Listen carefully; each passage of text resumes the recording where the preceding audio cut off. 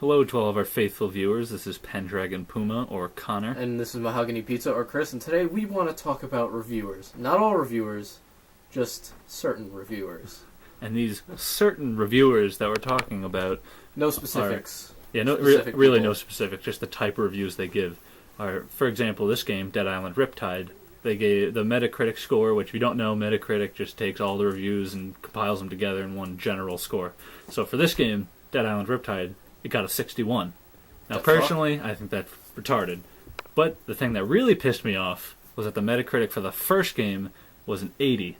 And all the reviews that I read, the only one I can specifically remember that I read was from IGN. Don't know who the hell made the review. I just know it was from IGN. And I think another one from like GameSpot or Game something. Whatever it was. That's not the point. Matter.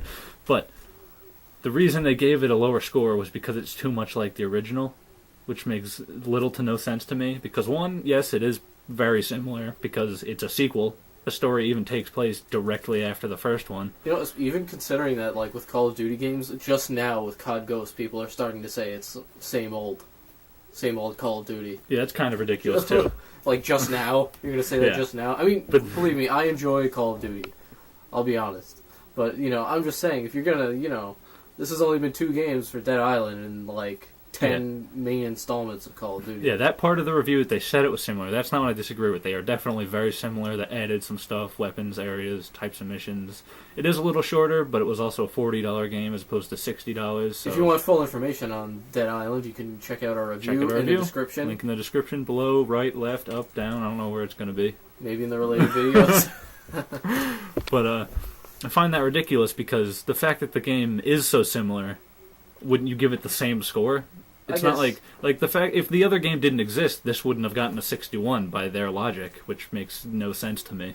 I see. But I mean, you do want some, I guess, changes going on, just to play devil's advocate here. You definitely do want some changes, which they didn't necessarily change too much, but they added a lot of stuff because at least in my experience with this game, I didn't see any of my friends or other people who played this game say, "Man, I wish all this stuff was changed."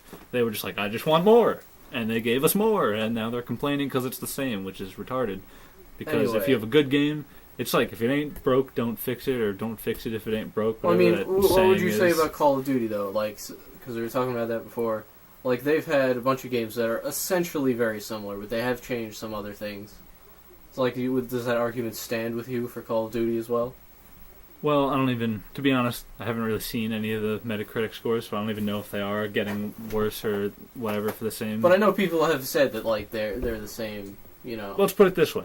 The 2 consecutive games, Call of Duty 4 and World at War, probably the 2 most similar in the whole series. And I thought World at War was better, but that was mostly just because I liked the setting better. But regardless of that, if they just say they were both World War II... because they said it was... Did they? Oh, okay. I think World at War got scores that were worse in general than Call of Duty 4 because it was like the same, similar. And that's a little different for that because it's a versus multiplayer, so it's like the game's good, so you add maps, change weapons and stuff like that. Create a class system. Yeah, change that. And I think Call of Duty's changed enough to where it's not the exact same. It's thing definitely not the exact same, but they definitely did change enough, and it's like with Call of Duty 4 to World at War, it's like Call of Duty 4 was like the greatest shooter ever when it came out. So the other one being similar, I don't see how that's a bad thing in any way. True. Especially because in my opinion, all the maps are much better. Though they honestly with World at War, they didn't really change a whole lot in terms of versus. Yeah, but then again, those 2 games are also the most similar in the series. All the other ones are different enough that you could say these are different games. True. Well, I guess you can comment about, you know, what you think on the topic, or what you think of Dead Island Riptide, Dead Island 1, the comparisons.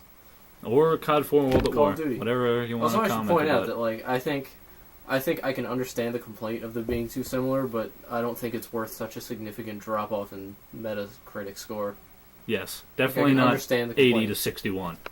Alright, anyway. Well, this is about time we stop the video.